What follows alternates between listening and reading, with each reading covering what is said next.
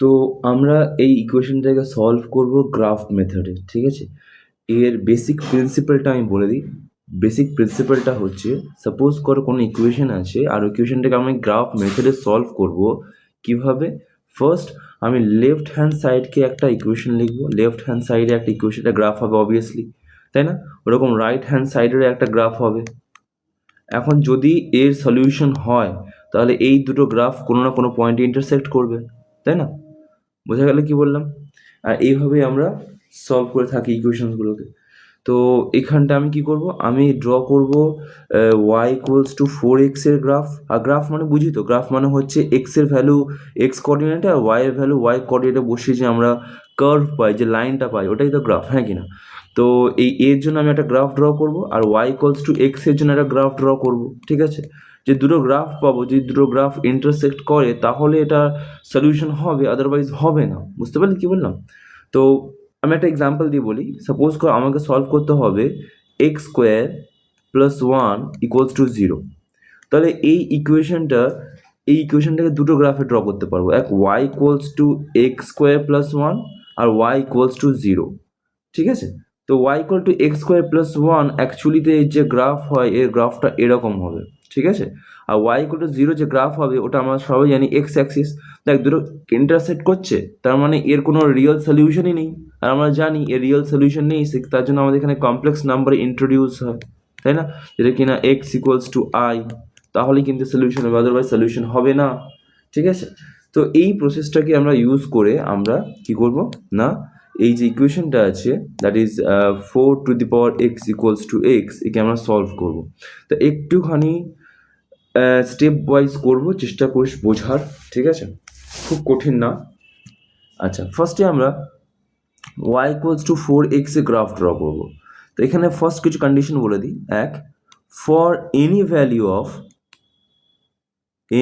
Value of x y not never be less than 0, আর equal to 0 হবে না।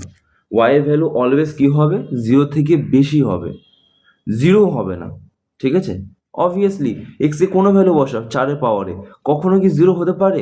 কখনোই 0 হবে না, অলওয়েজ 0 থেকে বেশিই হবে, তাই না?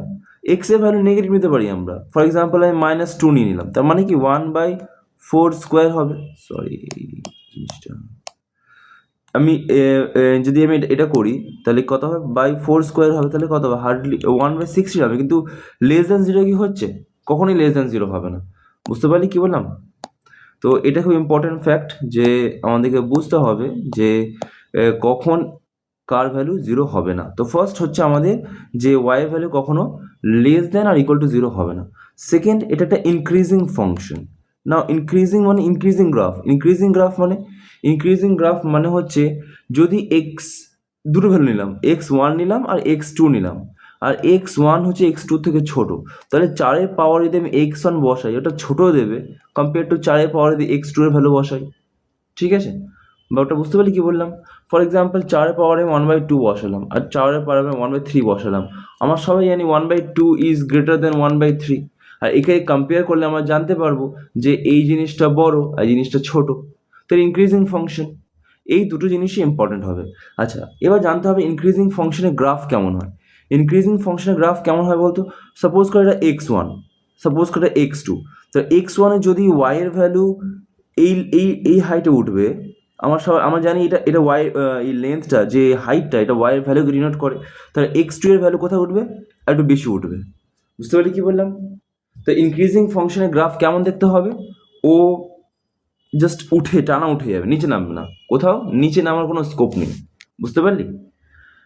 আচ্ছা, এবার আমি y ইকুয়াল টু এক্স এর গ্রাফ বলি।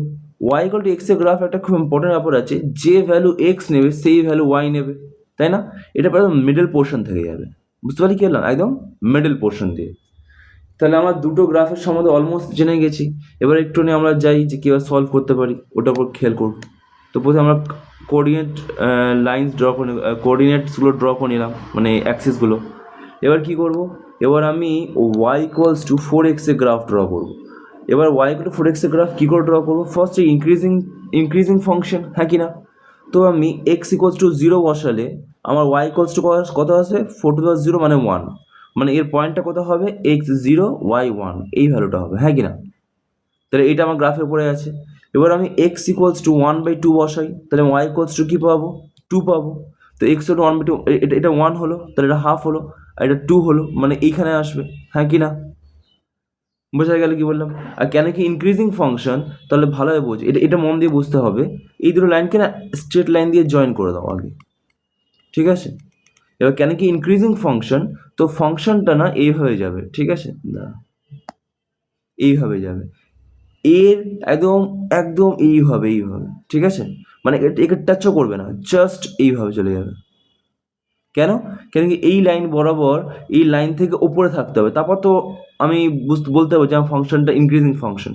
তো আমার যে এই গ্রাফটা, এই যে গ্রাফটা এরমভাবে যাবে, এরমভাবে, আর এদিক থেকে এরম বেঁকে যাবে।